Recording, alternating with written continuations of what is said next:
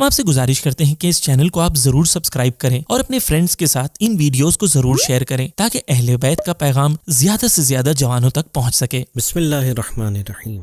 तफसीर अल-मीज़ान के मुसन्निफ मरहूम आयतुल्लाह अल्लामा तबातबाई बुलंद हिम्मत, लगन और मुसलसल कोशिश के एक मिसाल थे। आयतुल्लाह जाफ़र सुबहानी आपके बारे में कहते हैं, अल्लामा अपनी रातें दिनों की तरह मुतालिया, तहकीक और तहरीर में बसर करते थे और सिर्फ रोज़े आशूर ये काम रोकते थे।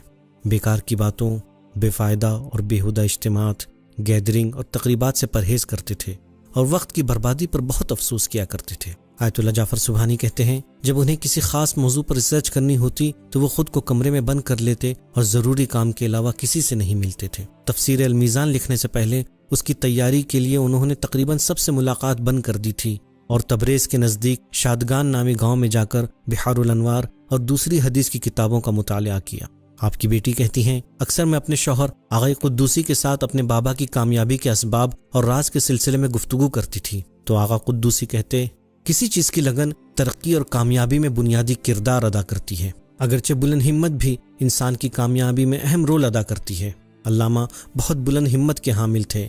तफसीर अल-मीज़ान लिखने से पहले उन्हें कई साल लग गए, लेकिन उन्होंने हिम्मत न हारी। दिन रात में फ़र्क न करते हुए और मुसलसल कोशिश करते रहे। सुबह से ज़ुहर तक मुतालिया और रिसर्च में लगे रहते और नमाज ज़ुहरैन के बाद खाना खाकर थोड़ी देर आराम करते और फिर अपने काम में लग जाते थे। उनकी ज़िंदगी बहुत सख्त थी, उतार चढ़ाव से भरी हुई थी और ये सब काम उन्होंने उन्हीं मुश्किलात के साथ अंजाम दिए हैं।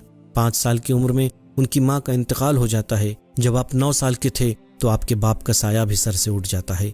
यतीमी के गमों एहसास ने उन्हें घेरा हुआ था जिन्हें बयान नहीं किया जा सकता। नजफ और तबरेज़ की ज़िंदगी बहुत ही ज़्यादा सख्त और मुश्किल थी, लेकिन जब इंसान का रास्ता और मकसद मुअय्यन होता है और हिम्मत बुलंद होती है तो सख्त हालात भी उसके लिए आसान और हल्के हो जाते हैं। खुद अल्लामा फरमाते हैं, जब मैं नजफ में था वहाँ मुझे एक मैथ टीचर मिले जिनके पास सिर्फ दोपहर में 1 बजे का ही वक्त खाली था। उस वक्त इराक की गर्मी बहुत शदीद थी। मैं पैदल शहर के एक कोने से दूसरे कोने जाता और जब वहाँ पहुँचता तो मेरा पूरा जिस्म और कपड़े पसीने से तर हो चुके होते थे। तो मैं वहाँ थोड़ी देर फव्वारे के नीचे खड़ा होकर अपने कपड़ों को सुखाता और उसके बाद पढ़ने जाता था। सबील मीडिया, कुरान और अहले बैत का रास्ता, कामयाबी का रास्ता।